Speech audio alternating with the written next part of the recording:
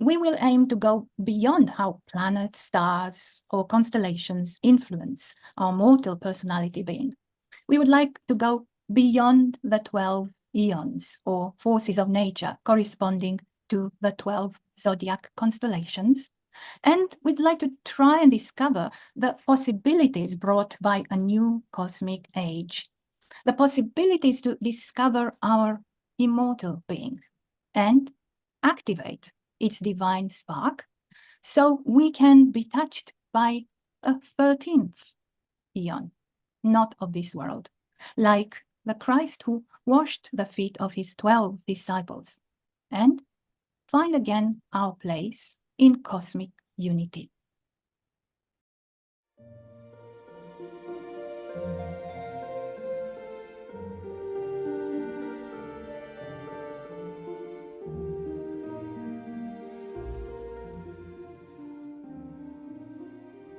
When we think of ourselves, we tend to identify with our body.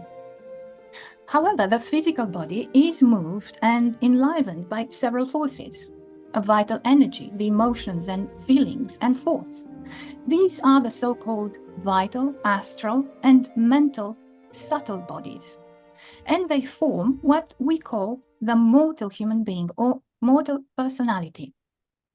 It is mortal because after death, all these physical and the subtle bodies dissolve and perish.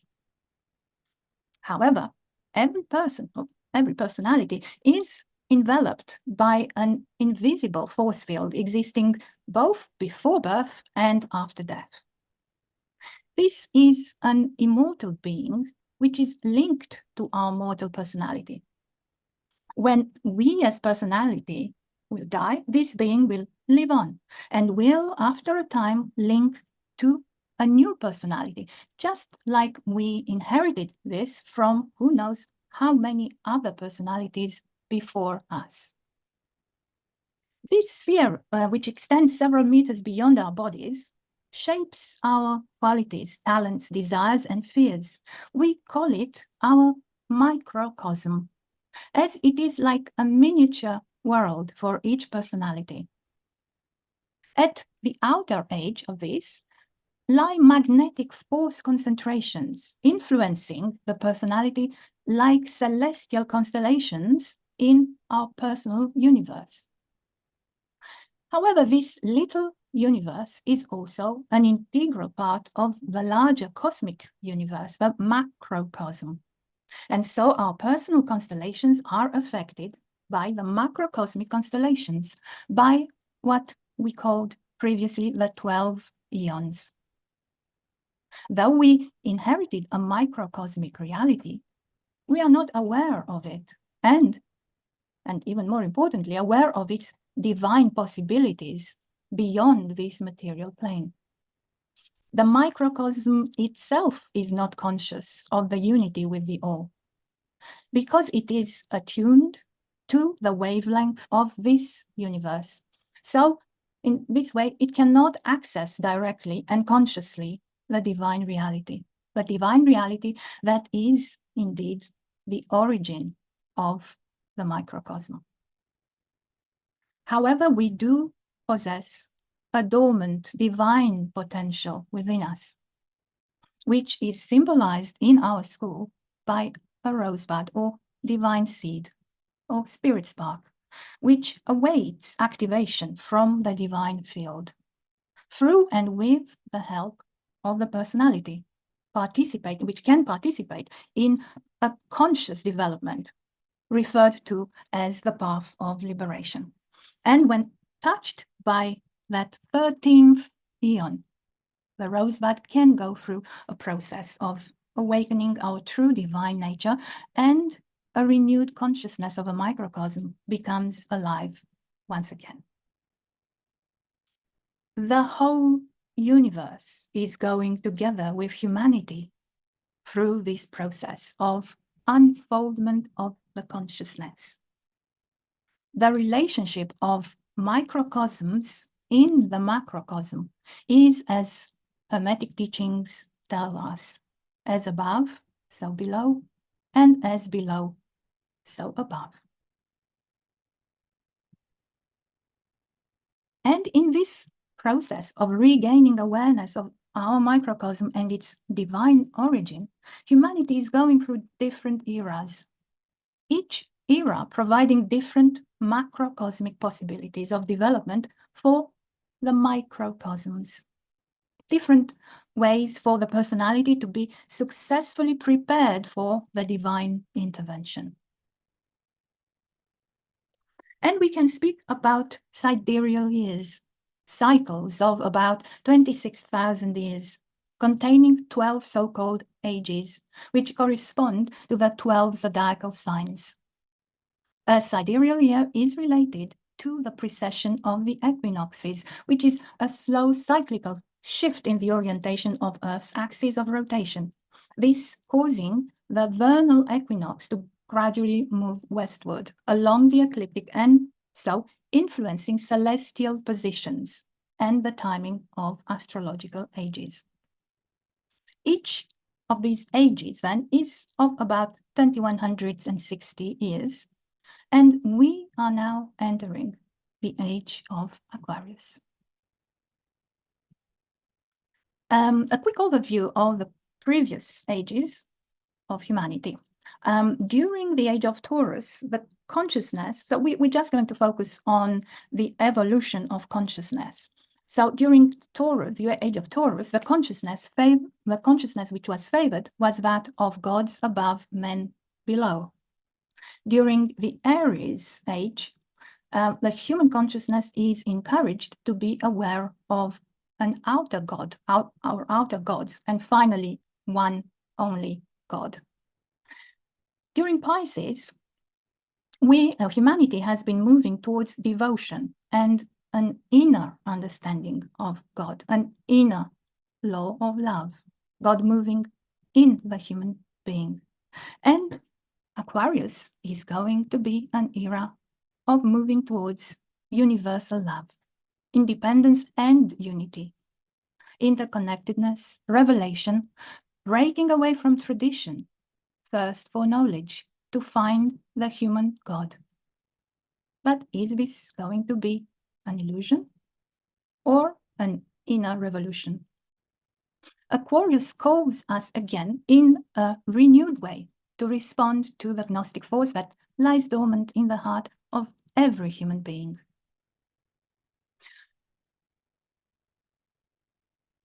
Uranus, the new ruler of Aquarius, is an important influence in what we call the higher octave of Venus.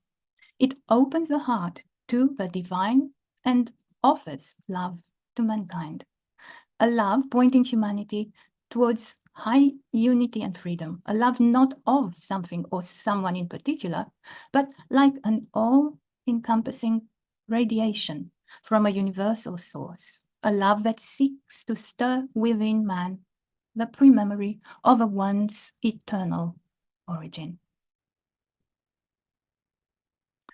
While in the Piscean era, humankind was mostly relying on traditions, beliefs, and religious intermediaries, Aquarius brings individuality, freedom, and opportunity to know directly and to develop the so-called wisdom of the heart, the unity, freedom, love.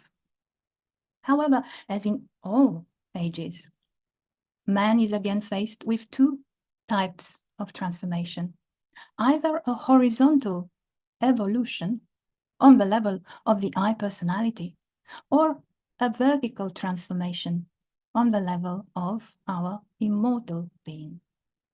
So the question remains, friends, evolution or inner revolution?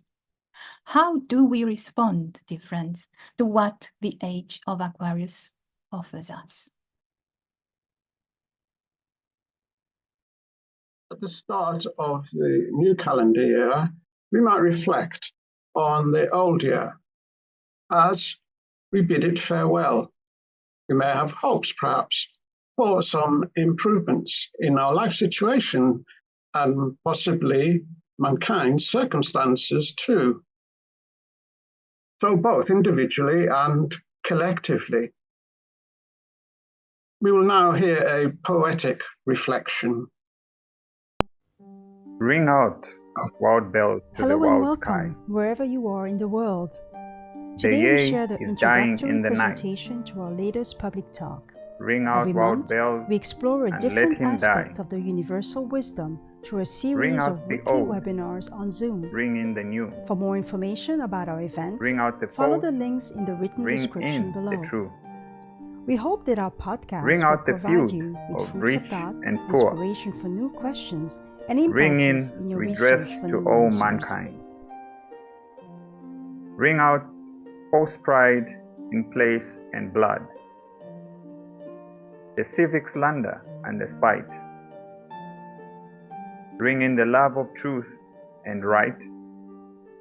Ring in the common love of good. Ring out the narrowing lust of gold. Ring out the 1,000 woes of ode. Ring in the 1,000 years of peace. Ring in the valiant man and free. The larger heart, the kindlier hand. Ring out the darkness of the land. Ring in the Christ that is to be. This poem, friends, comes from Alfred Lord Tennyson. New Year's Eve is marked with fireworks today, but previously the older custom of the ringing of church bells was common. In Alfred Lord Tennyson's poem of 1850, Ring Out Wild Bells, it attempts to capture something of his sentiments of hope for a better future for mankind. With his poetic response, he shares his observations on the negative human relations caused by the profound and dramatic changes taking place socially, economically, and environmentally. As a product of the Age of Enlightenment, scientific experimentation and knowledge developed and created new practices. This brought the wave of effects caused by this first industrial revolution with its mechanically powered technology.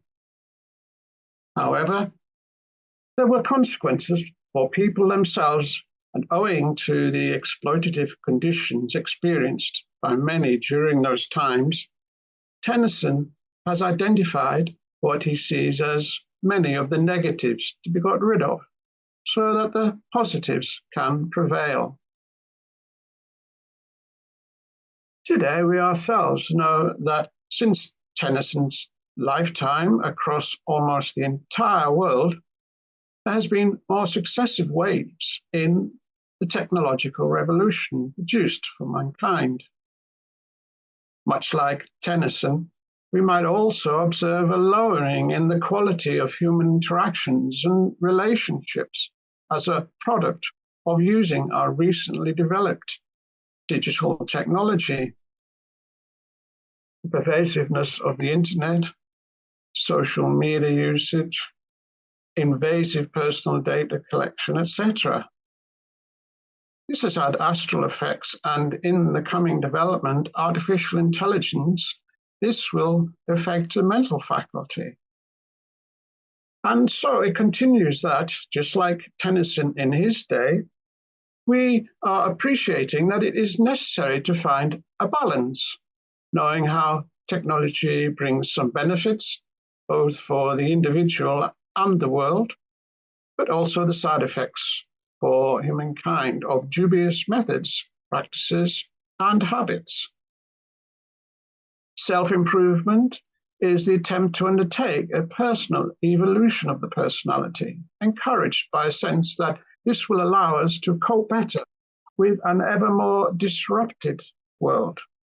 We try to access different practices that were previously unexperienced or unattainable, and as a means to enhance our peace of mind or bodily health. Or we want opportunities for developing new skills that will broaden our personal, social, or economic capacity. When making New Year's resolutions, many people have good intentions. However, in practice, These plans can appear to be pointless because of the yawning gap between our intentions and our behavior. An intention can quickly and easily change. Each of us, as an individual being, is an integral yet individual part of the universal consciousness. Yet we struggle to lead our lives in ways that takes this into account. So we are merely adjusting our relationship or experience of the fleeting material conditions of life as our way of attempting to improve the individual consciousness. But this will always be subject to a reversal.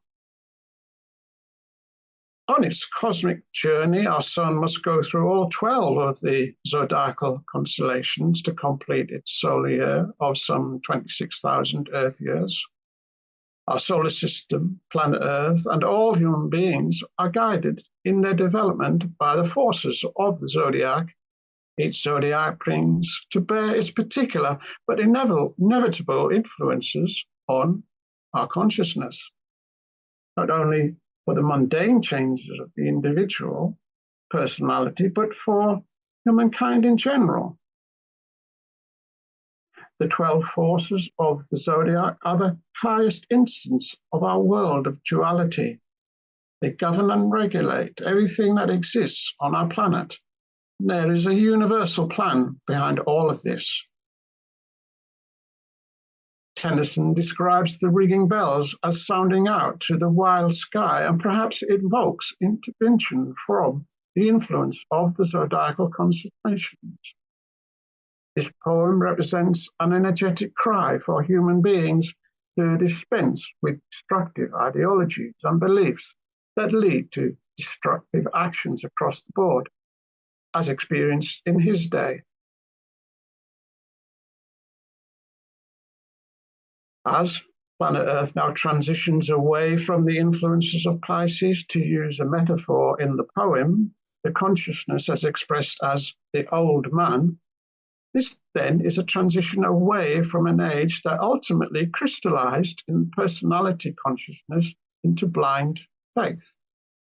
As a result, it is now necessary to experience the renewing forces of the Aquarian age. This contrast will create more appropriate conditions for stimulating the human consciousness to realize its potential.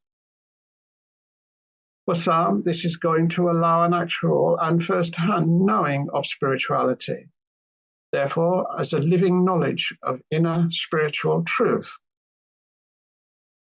Tennyson's last line of the poem sees the return of the Christ being as the solution for the negativity in mankind's behavior. Indeed, during the evolutionary process of Aquarius and through mankind's intelligent cooperation, it offers possibilities for mankind to have a fresh break with those identified negative social circumstances. Yet the perennial Gnostic philosophy proposed in the approach of the Golden Rosy Cross emphasizes the need for an inner spiritual renewal. An improved situation of change must first take place within the individual consciousness of the human beings through a process of connection to the Christ force within. Therefore, an inner self-revolution becomes a self-initiating process in our broader relationship with the microcosm, cosmos, and macrocosm. Also, it is within the context that we would form an altogether different relationship to those around us and also the rest of mankind in general. To help us on our inner discovery to understand and practice the journey referred to in the perennial Gnostic precepts, we have the ancient words of assurance from Hermes Trismegistus in the wisdom of the Emerald Tablet. The following extract clearly summons us to expand our perception and embrace a wider vista. True, without falsehood, certain, most certain, what is above is like below, and what is below like that which is above, to make the miracle of the one thing, as all things were made from contemplation of one, so all things were born from one adaptation. Thus was created the world. This passage unveils the concept of the infinite continuum that transcends the mundane, a realm where the dichotomy of above and below merges into a singular, unbounded expanse. The similarity between the celestial and the terrestrial realms establishes an internal continuum, much like a drop of water that is part of and makes up the body of water in an ocean. There are many layers of vibrational fields that are reduced to smaller forms of the galactic, solar, planetary, human, animal, plant, and natural kingdoms of the earth. All are groupings of collective consciousness fields that uniquely vibrate and that interconnect into the overall universal consciousness vibration. The Hermetic natural law of vibration describes the principle that everything is in constant motion and that nothing rests. So individually and collectively, we make up a portion of the vibration energy of the whole of the universal consciousness.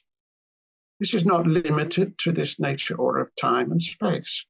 Humanity and everything else within our universe is our most basic form. In our most basic form, exists as a unique arrangement of vibrational frequency that was originally generated from the central and original source.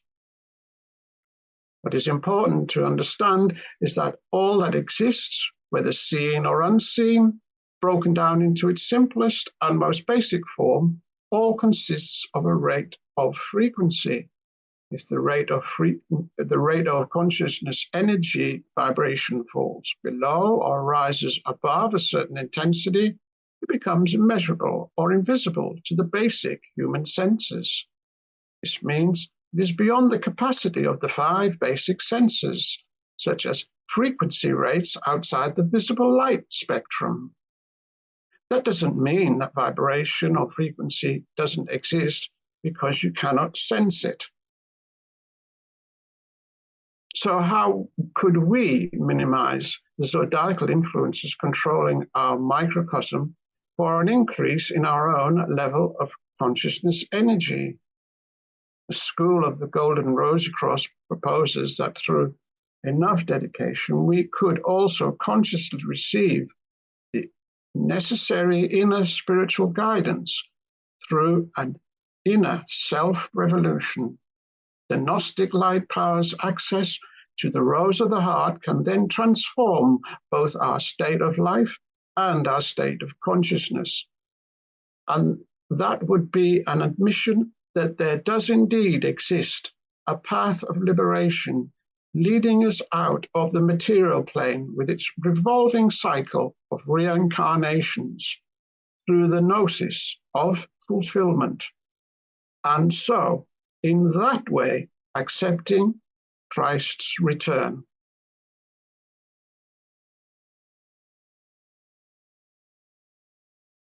So friends, since we mentioned the Christ's return, let's try to go a bit deeper into what we mean by that. By now, you will have understood that we are not speaking about a historical figure here. And we're speaking about both a state of consciousness, which is mostly unknown to us, but which we are all called, each one of us, to unveil within ourselves, but also a vibrational state which is outside, completely outside the canons of what we currently experience with our limited 5 senses in our reality, in our life. And yet millions of people are searching. They're searching in their lives for meaning. They're searching for something that perhaps they cannot put a name on. Some of us put the name as religion, others as politics, or whatever it is. But behind and beyond all that, there is a deeper search. There is perhaps a restlessness, something deep inside that is also influenced by the vibrations of Aquarius. And so what are we actually looking for? What are we searching? What are we seeking? We've said that this is deep inside, but so how are we seeking for that? Are we looking for outer values? Are we looking to solve our problems, in our community, or, move a bit on the right or move a bit on the left, just to make peace with each other until next, until tomorrow or next week? Or are we trying to, cut a bit our emissions to solve climate change or so on? We propose that we need to go deep within ourselves, friends. All the problems have their solutions within ourselves. And so dig deep. Achieve self-knowledge. And we mentioned that knowledge through experience is one of the marks of the Aquarian human being. Well then, know yourself, friends. And we're not inviting here on a trip to the Himalaya or to a far land, as appealing as it might sound. No, the path that we are talking about is an inner path. It's the most difficult path. And so observe yourself, your reactions, your actions. Observe what informs your decisions day by day, how you relate to other people, to situations, what influences and moves your thoughts, your emotions, your feelings. Go as deep as you can within yourself and open yourself to a different type of force, to a new force, a new vibration that is in you. Just you need to allow it to express itself through you. And that force we call gnosis, the true knowledge within. And that is an aspect of the divinity within you. And it is what will allow you to engage with a true inner change, that inner revolution that we are talking about. So if we manage to connect with this force, and friends, this is not a force that is part of our lower nature, of our lower consciousness, and is not part of our system of life, our paradigm within the limitations of the five senses. However, once we recognize it, once we find this true inner longing, which we could call a pre-memory, a memory of something that was before even our life, well, then the potential of the wholeness of consciousness can start coming out from ourselves. And we can start to realize that we can allow a spiritual path of transformation. Transformation of what? Of our ego consciousness, of our limited I consciousness that keeps us trapped where we are and keeps us going in cycles again and again and again. But there is a way out. So friends, we go back to the chart that we presented earlier of the 4 eras. But this time we would like to highlight again the last column of this chart, because these cycles that humanity as a whole goes through many different ages, well, we need to go through it in ourselves as well. And so let's see the gods that govern our life, the forces and the influences that spring from our subconscious and that manifest outside in our existence. And let go of the illusion that a higher authority or a god outside of ourselves, or they, or whoever it is, the law, can create or solve our problems. No, they, as we said, they are within ourselves. So let's unmask and let go of the illusions on which we have built our life, the dogmas that we have created for ourselves, and the property we impose on others as well. And we can leave behind the constant judgment of ourselves and of others. We can shift the focus of our consciousness to that inner force, that inner energy, that sparks, that one spark of the spirit in us. And we call it the spirit spark. That is the beginning of the Christ consciousness. And so, yes, we can become free human beings, not the illusory freedom of the I am this, I am that, I'm great. No, we can find liberation from the ego and all the suffering that comes from it through and by the complete transformation of the human consciousness into a Christ, into a cosmic consciousness. And dear friends, this is perhaps an incomplete description of the path proposed by the Golden Rose Cross. And maybe you have a question, how can we put this into practice? How do the pupils of the Golden Rose Cross do this? And so, well, we don't have a formula for you. We don't have a recipe, for there is no such thing. We would because otherwise we would be inviting you to take us as an authority, whereas the formula is within yourselves. However, there are elements on the path and of the path that we think it's important maybe to share with you and that we can discuss also in our open exchange. And we see here 4 elements which are part of the symbol of the Golden Rosy Cross and have different levels of perhaps understanding and manifestation. First, there is that point in the middle. That's the spirit spark in yourself. The triangle, so the threefold consciousness, our heart, our head, and our life, what we call sanctuaries, centers of consciousness. The fourfold personality, we've spoken about the material body, an etheric, an astral reality, and a mental body. And then the totality of our microcosm, our force field that we live in and that possibly we are unaware of. Now, these elements are also elements of the path, and each one links to a certain step. First, self-knowledge, which we invited you already to take a step into. Following self-knowledge, there needs to be a purification, a preparation. And this is a work that we do in our own consciousness by revolving the consciousness towards that spirit spark, so away from the ego. First step is the transformation, receiving the 4 holy foods, different types of energies that enter our system and transform it. And finally, transfiguration, which is the complete restructuring of the whole microcosm, and then the rebirth of the divine human being. And we receive help on this path. First and foremost from the force in our heart, the spirit spark atom, but also from the spiritual school, which is a threefold initiatory school. Not because somebody from outside initiates you, but because it gives you the tools to go deep within yourself in a self-initiation process.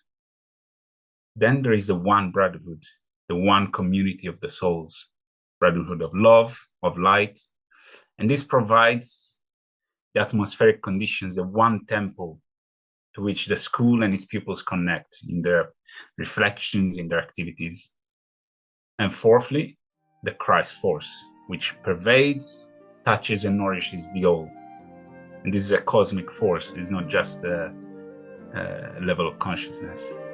So we see here 12 elements which can constitute a new zodiac. But these 12 are out of the 13th eon that we've spoken about.